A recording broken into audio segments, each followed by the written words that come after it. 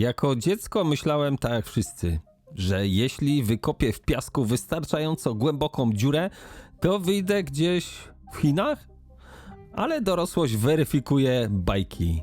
Nie zabiła jednak we mnie ciekawości. Przed tą wyprawą otworzyłem mapę antypodów.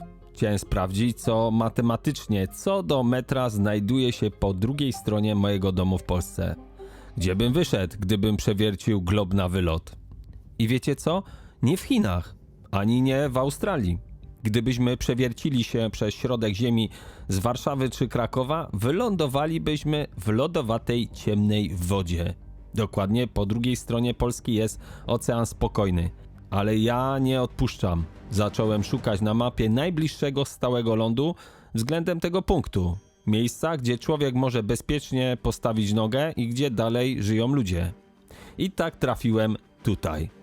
To jest Nugget Point w Nowej Zelandii. Stoję na krawędzi klifu, kilkaset kilometrów stąd. W tamtą stronę, na pełnym morzu, znajduje się ten magiczny punkt zero. To dziwne uczucie. Świadomość, że to właśnie ten skrawek skały jest fizycznie najdalszym miejscem od Polski, do jakiego da się dotrzeć suchą stopą. Dalej się już nie da. To jest moja ściana. Każdy krok, który zrobię od teraz, będzie już powrotem do domu. Nazywam się Michał Rusin, a to jest misja 100 dni dookoła świata. Zapraszam Was na antypody. Trzeba najpierw się, że tak powiem, tutaj odsamochodowywać. Pyk. Zawsze zapominam, który to guzik. Zobaczcie, jak oglądałem albatrosy, co mi mewy zrobiły. Chyba na myjkę będę musiał jechać. Chociaż nie widziałem tutaj takich samoobsługowych. 2 razy trzeba sprawdzić, bo jak z drzwiami. Wróci się na pół piętrze, czy drzwi zamknięte w mieszkaniu. No i oglądałem te albatrosy. Jak wróciłem do samochodu, no to zastałem je w taki oto sposób. No i dzisiaj jest coś niesamowitego moim zdaniem, bo dalej od Polski się nie da. Zaraz Wam pokażę tutaj mapę, jak to wygląda, gdzie będziemy w ogóle zmierzać. To się nazywa Nugget Point.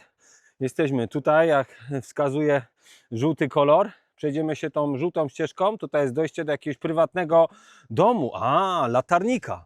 Ciekawe. Kurde, może by zapukał do niego. Zapytam się. I dojdziemy tam aż na sam koniec, na ten cypel. I tutaj ten punkt, według moich obliczeń, jest najdalej oddalonym punktem na ziemi od Polski. Dalej się nie da, jeśli chodzi o ląd. Mamy około 900 metrów do latarni morskiej, tam gdzie chcemy dotrzeć. A tu możemy zobaczyć, rzucić okiem na ocean.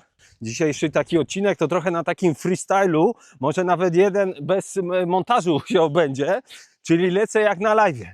Nowa Zelandia strasznie mnie zaskoczyła, wiedziałem, że będzie super, ale nie wiedziałem, że będzie aż tak super. Czuję się tu jak w domu, ale to jest też związane z tym, że wiele lat mieszkałem w Anglii. Jest tu dosyć podobny klimat i nie tylko klimat, mówię, temperatura, pogoda, tylko ogólnie ludzie, jazda po lewej stronie, ryba z frytkami i tak dalej, i tak dalej. Tylko tu ludzie moim zdaniem są bardziej wylajtowani, no i nie ma takiego moim zdaniem zróżnicowania multikulti jak w Anglii. Już dochodzimy tutaj do tego, zaraz będę kontynuował dalsze informacje. Spójrzmy, jak wygląda ocean z tego punktu widokowego. Turystów jest, powiem Wam, bardzo mało. O, jaki piękny klif. Wow. Ptaki sobie tam żerują, już Wam zbliżę. Siedzą jakieś skurczybyki, to nie albatrosy, nie. Mewy. Jedyne miejsce, gdzie albatrosy składają jaja blisko człowieka, to jest właśnie tam, gdzie byłem parę dni temu. Tam za tą górką znajduje się latarnia morska, do której chcemy dotrzeć. I tu widzicie początek tej dróżki, ludzie sobie tam śmigają. No i my też śmigamy. Wieje fajnie, przyjemnie jest. Po tych wszystkich upałach, jakie miałem do tej pory w Peru, Ekwadorze, w Panamie, przede wszystkim w Kostaryce, tam nie mogłem tej wilgotności zdzierżyć, na Jamajce i w Stanach, no i na Fidżi. To jest jakby takie moje wybawienie. Czuję się, że mózg mi pracuje, bo ja muszę mieć troszeczkę takiego rzeźkiego powietrza, dlatego bardzo dobrze się czuję gdzieś w klimatach górskich, jak jest trochę zimniej, bo szybko chodzę, no to nie jest mi zimno. Lecimy. Nową Zelandię zamieszkuje około 5,5 miliona mieszkańców i dzieli się na dwie wyspy, północną i południową. Powierzchnia około 70% tego co Polski, czyli 266 tysięcy km². 2/3 kraju, albo nawet 3/4 to jest właśnie ta południowa wyspa. Czemu ja tak biegnę? No bo się już nie mogę doczekać, żeby tam dotrzeć. Niecierpliwość to jest u mnie wróg numer 1. Wyobraźcie sobie, że na całej południowej wyspie, czyli chyba 170 tysięcy km², czyli połowa Polski, mieszka mniej ludzi niż w Warszawie i to sporo. Nie wiem ile teraz w Warszawie, ale na pewno już jest grubo ponad 2 miliony, nie licząc tych wszystkich okolicznych miasteczek. A tutaj 1,5 miliona na całej południowej wyspie. Jest spokojnie, cisza, nigdzie się za parking nie płaci, są tylko wyznaczone takie są takie specjalne tabliczki, ile minut można stać. Niebieska tabliczka i informuje 5 minut, 10, 15 do 2 godzin.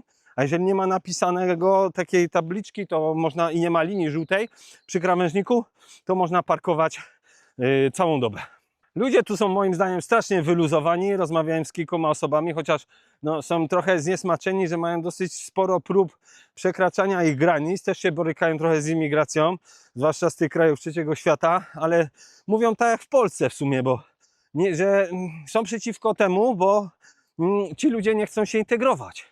No i tak samo ja też mówię, jak ktoś chce przyjechać do Polski, ja też gdzieś byłem na emigracji, ale to człowiek się integrował, a nie wdrażał swoje jakieś tam widzimisię, już nie mówię jakieś religijne dogmaty, ideologie, co jest po prostu nie do zaakceptowania. I oni tutaj też się trochę z tym borykają.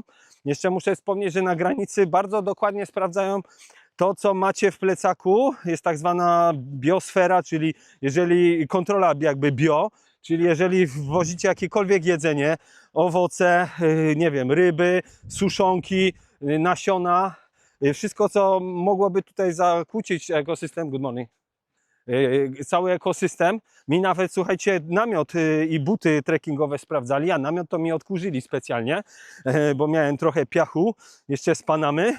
No, tak się tutaj chronią, żeby no, tego ich po prostu tej natury nie zakłócić, no bo może być to drastyczne po prostu w skutkach, więc wcale im się nie dziwię. O, jest już latarnia.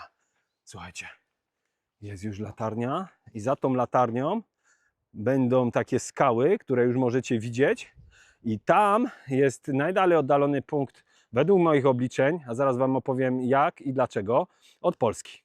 Ja sobie wynająłem tutaj samochód, już mówię ile z pełnym ubezpieczeniem kosztowało, może się powtórzę, ale na szybkości, bo może ktoś jest nowy, 110 zł za dobę. Jest tylko jeden myk, w tym samochodzie no, nie powinno się spać, bo jest to nielegalne, chyba że jest to przekształcony samochód kombi do spania, to wtedy można w takich miejscach jakby no, na kampery spać. I nie ma z tym najmniejszego problemu. Toalet jest mnóstwo.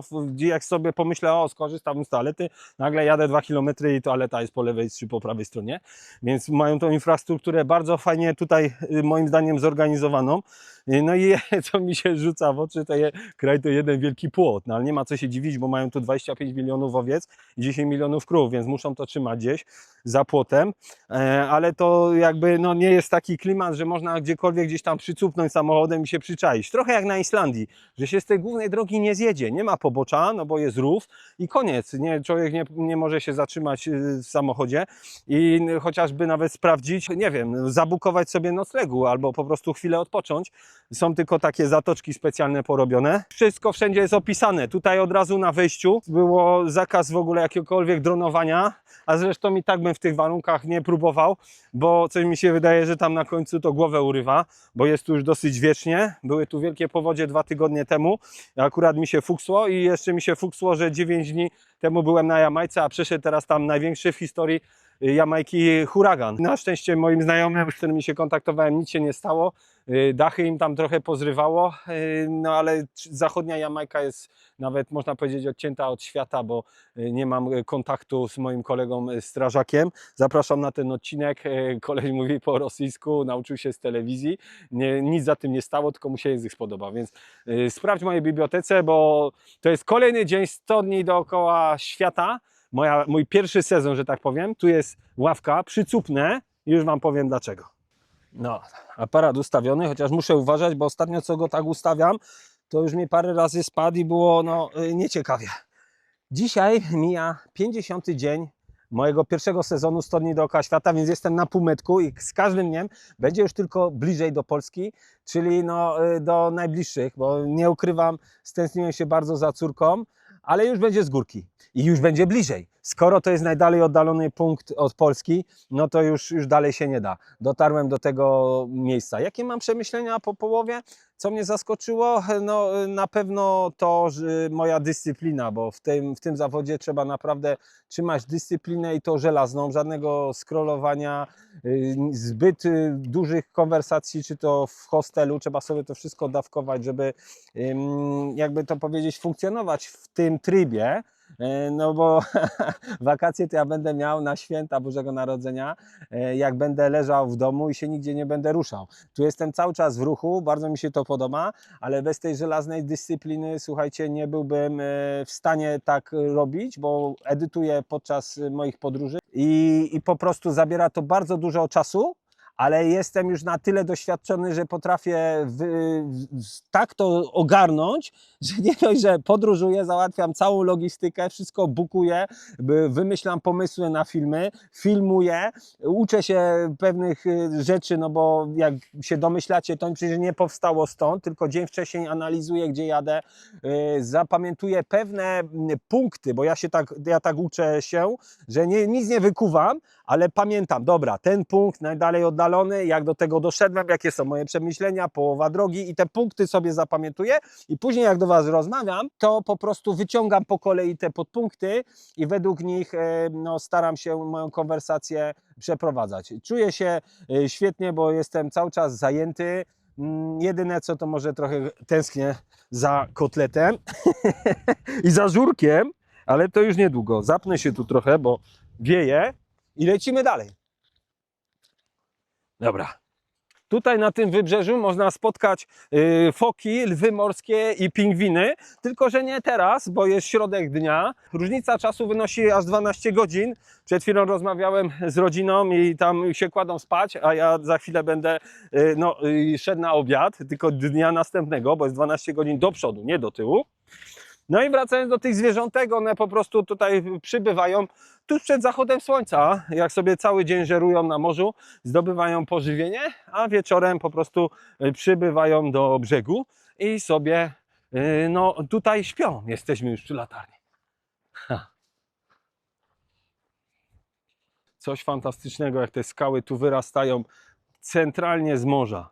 Jakby ktoś tak rozrzucił jakieś kule, tak jak w Kostaryce. Też zapraszam na ten odcinek. Gdzie ten latarnik mieszka? No tam chyba za tym klifem. Już Wam mówię, jak do tego w ogóle doszedłem, jak to wydedukowałem. Dlaczego tu jest najbardziej oddalony punkt. Tuż za tą latarnią, albo można uznać, że no ta ziemia, na której stoi ta skała, na której stoi ta latarnia, to ten punkt wypada najbliżej przeciwległego miejsca do Polski, który znajduje się mniej więcej tam na oceanie, około 700 km.